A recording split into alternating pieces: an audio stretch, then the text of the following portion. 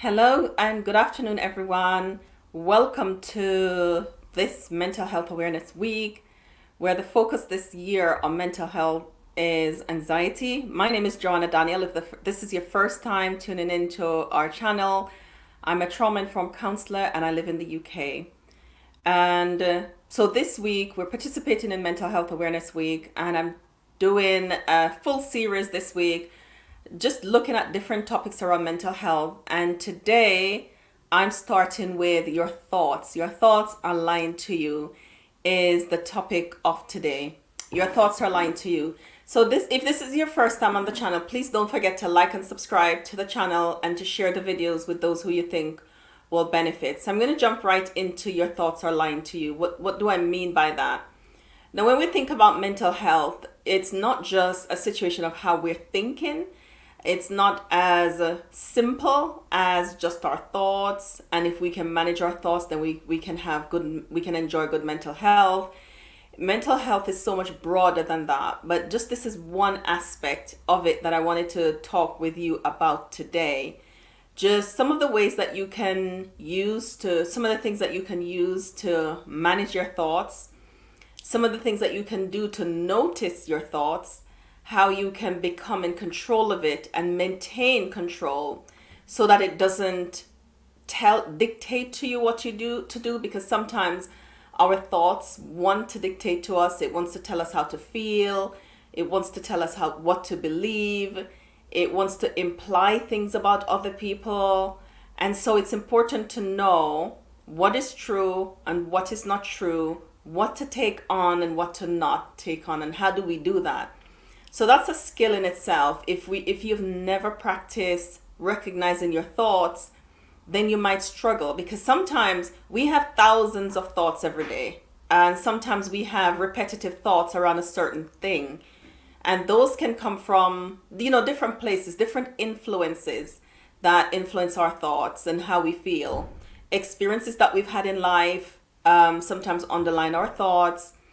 Negative messages that was given to us. And I call that the tape that is running in the background. When we grow up in certain environments and experience certain things, thoughts are introduced to us through what people tell us about ourselves. So you might think, for example, that you are not good enough or dumb based on what teachers said to you in school, or based on how you were treated, based on the bullying, based on the experiences that you had in school or in the community, based on what people say about your family, based on the experiences that you have in your family. And if nobody has ever fixed those thoughts for you, we kind of grow up believing that they're true and we hold them as gospel. And so they dictate our lives, and they dictate what we do and how we do what we do. However, when we become familiar with them and we are able to know what is true and what is not true, that is so important, because our thoughts influence how we feel, and how we feel influence how we act. And it's our thoughts and feelings together that makes up kind of our character and who we are, our thoughts and our feelings. So it's important for us to know what the truth is, so that our thoughts are not dictating feelings of anxiousness or feelings of sadness or feelings of low self-worth, and we're just taking that on board, we're believing it, and we're acting it.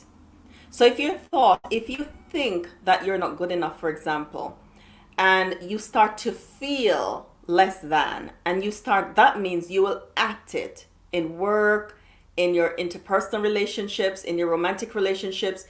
You will start to act in accordance with how you feel. But if you were to challenge those thoughts of not being good enough, or you're not worthy, or if you feel like you're not supposed to be in certain places, only others should be there, then you will start to act it. So let's use for an example, if you're at work and you're in a meeting and you feel like in that meeting your thoughts are telling you that your contribution is not good enough, that everybody else knows more than you, and look at that person, they just gave a brilliant summary, or an amazing question was asked, or they answered that in such a great way, they're so intelligent, and you are thinking those things about others, which might be right and good and true, But when you think about yourself, you have a question, but you're telling yourself, well, you shouldn't ask that because that question's dumb, or that answer wouldn't be the right one, or you don't know as much, you don't know enough, you're not enough, you shouldn't be here. And so your thoughts will tell you that, and you will start to believe that you shouldn't be there, that your question is dumb and your answer is not the right one. And as you start to believe that, you'll act it. So you'll become quiet in the meeting. You'll become quiet, you'll become subdued, you start to feel inferior. And so you have no contribution. So everybody's talking and interacting and you're not saying anything because you're battling with these thoughts that is telling you things about yourself that you're starting to believe. Now they asked you a question and you can't answer. And so you leave that meeting not contributing. And guess what? It becomes a self-fulfilling prophecy because the person who was leading the meeting and the other people realized that you didn't contribute. And so maybe they're wondering if you're part of the team or if you're a good team player. So your thoughts lied to you in such a way that it influenced certain actions that set you up for a certain outcome. And when the outcome that your thoughts set you up for happened, then you say, see, that's true then. That must be true. It was right. But it wasn't true. It wasn't true. And so learning how to challenge those thoughts are really crucial. When the first introduction of the thought comes that says, you don't know enough, you're not good enough, you have to take a deep breath and inform the thoughts of the truth. So what is true? And you might be struggling right now to believe what is true. So I want to introduce some truth to you. As long as you're there, you're enough. You are right where you're supposed to be. Nobody else is more deserving than you. You have everything that you need to be in the position that you are in or the one that you're aspiring to go to. Okay? So you have gifts. You've been blessed with gifts. You've been blessed with talents. You've been blessed with resources the same way the next person was blessed with resources. And yours is just as valid, will just be as worthy and contribute as much to the team as anybody else's ideas. I want you to know that and believe that. Because when you start to believe what's true about you, then you can inform your thoughts of what is true and start to create new pathways in your brain that is not going to naturally lead you down to a negative path that could result in anxiety and depression and impacts your well-being. So that's how it might perform at work. Now our thoughts might perform at work one way and it might perform at home another way, or at church another way, or in relationships in another way. So if you're used to overthinking, and I hear people now talk about overthinking as if it's something really good, like people laugh and say, I'm an overthinker. We don't want to be an overthinker because that's not a natural, normal way for us to live. We can live without being an overthinker, right? We can learn how to think about what we're going to say.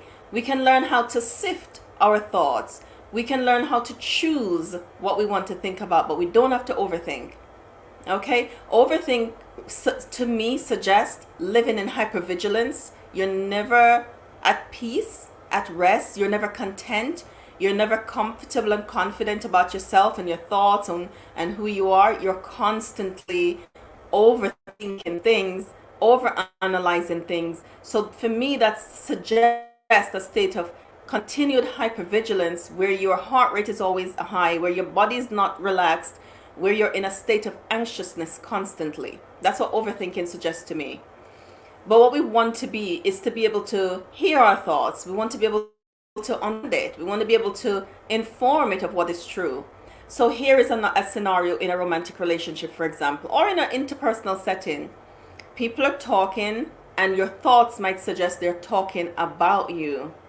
And of course, because our thoughts influence how we feel and how we act, you'll start to feel ashamed or abandoned, rejected, which might make you act a certain way to the people and towards yourself. So you will withdraw, become cold, put up a wall, a defense and a protective shield that nobody can get through to. When none of those things might be true because they haven't told you that they're talking about you.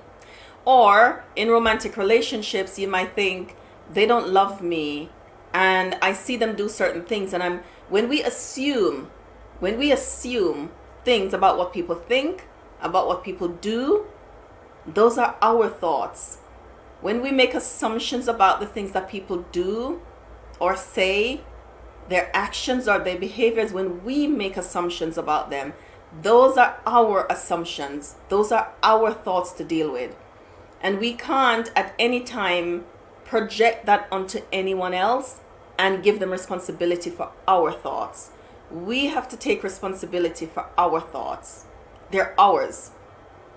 If you are in a relationship and you have certain kind of thoughts about your partner, you can have a conversation, but the thoughts are yours. And remember, if our thoughts are wrong, then our feelings will be wrong. So for our feelings to be right, we have to address how we're thinking.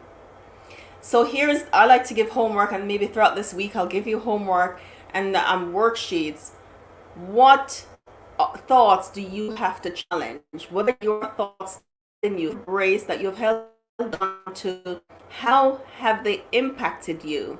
How have they impacted your relationships? How have they impacted you at work? The relationship between you and your colleagues or your family members or your friends. How are your thoughts affecting you? How is your thought life affecting you? Do you have the tools and the skills to tell yourself the truth? It's really important that you're able to tell yourself the truth, that you're able to decipher the lie from the truth of what your thoughts are suggesting to you. Remember, here's another thing to set you free. No one can make you think anything. I really want you to sit with that. No one can make you think anything. Nobody can make you think anything. We choose to think a certain kind of way because of our background, because of our circumstances, our situations. We make assumptions, but nobody made us think those things. Likewise, no, you can't make anybody think or feel anything. They do that based on their own ideas, their own assumptions, their own past, their own life, right? So you can't make somebody think and feel. They can't make you think and feel. So what that means is that we all take responsibility for how we think and feel. So when you have responsibility for how you think, then you can make a decision. Are my thoughts lying to me? What is truth? Let me go in search of truth to find out what is truth, so that I'm not making assumptions about what people are doing. I'm not overthinking my own actions. I'm not overanalyzing, and I'm not in a place of hypervigilance, right? Sometimes when we have mental health, sometimes when we have anxiety and depression, our thoughts might be slightly different. We might have habitual negative thoughts. And the underlying things would that be to get some help, to get therapy, to process the underlying cause of the anxiety and depression and start your healing journey so you can take control of your thoughts. But what I want to leave you with today is, are your thoughts lying to you? Learn how to challenge them. Are they true?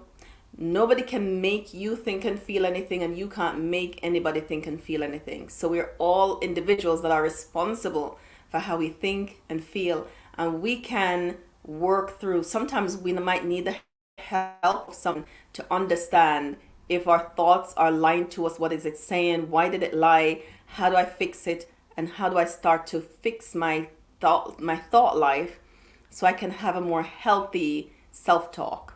Because that's what we want to do. That's what we want for you, that you will have healthy self-talk, that you're not living in a state of hypervigilance, anxiousness, because your thoughts are lying to you and you don't have the tools to decipher truth from what is not truth. But the baseline, start to take responsibility. Why do I think this way? Nobody makes me feel it. I can't know what somebody else is thinking, so we're not going to mind read. You will never be able to guess what somebody's thinking unless they tell you. So I wanted to suggest that you not mind read as well, or assume what people are thinking and feeling. Unless they tell you, you don't know. And unless you tell them, they don't know either. So somebody might say to you, I think you think this, but they don't know what you're thinking unless you share it. And you don't know what they're thinking unless they share it. So part of our thoughts lying to us is we might be mind reading. We might be assuming what other people are thinking and feeling. And that's always going to be tripping us up. That's somewhere our thoughts lie to us. Our thoughts lie to us as well when we emotional reason. When we say, you enter a room and I feel this way, therefore it must be true. Because I feel afraid, that means people in this room are dangerous. Or I feel like they lied to me, that means they are lying. Or I feel that they're talking about me, therefore they're gossiping about me. That's your thoughts lying to you because of cognitive distortions. Sometimes we globalize things like everybody feels this way about me, but there are billions of people in the world. So that's the truth you're telling your thoughts. You don't know how everybody feels. Everybody in that room is talking about me, but you don't know what they're talking about.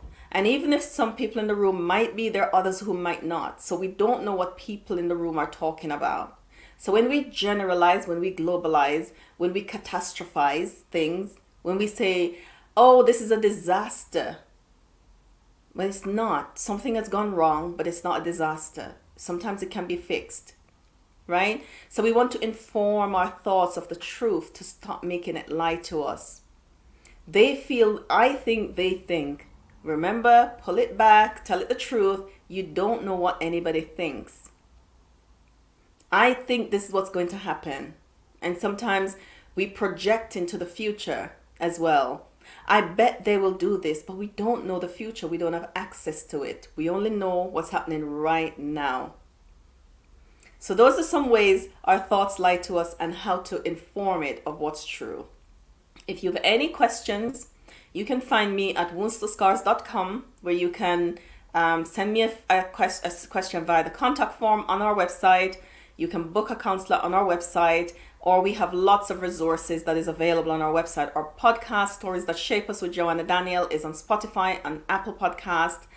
And also you can follow us on social media at our social media handles that I'll put below this video.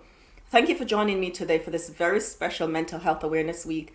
I'm going to be here tomorrow when our topic tomorrow, I'll tell you your topic in a minute. Our topic tomorrow is, or will be, it's gone. Tomorrow I'm talking about 3 strategies to manage overwhelm. 3 strategies to manage overwhelm. And on the 17th, we're talking about 7 surprising facts about anxiety. And then I'm talking about mental health and religion. And that one's really dear to my heart. And I have a very special announcement on the 18th when I talk about mental health and religion. So please make the time to come and join me here. Share this video. Don't forget to like and subscribe to the channel. And I'll see you every day here from today to the 18th in this very special Mental Health Awareness Week. Have a great day.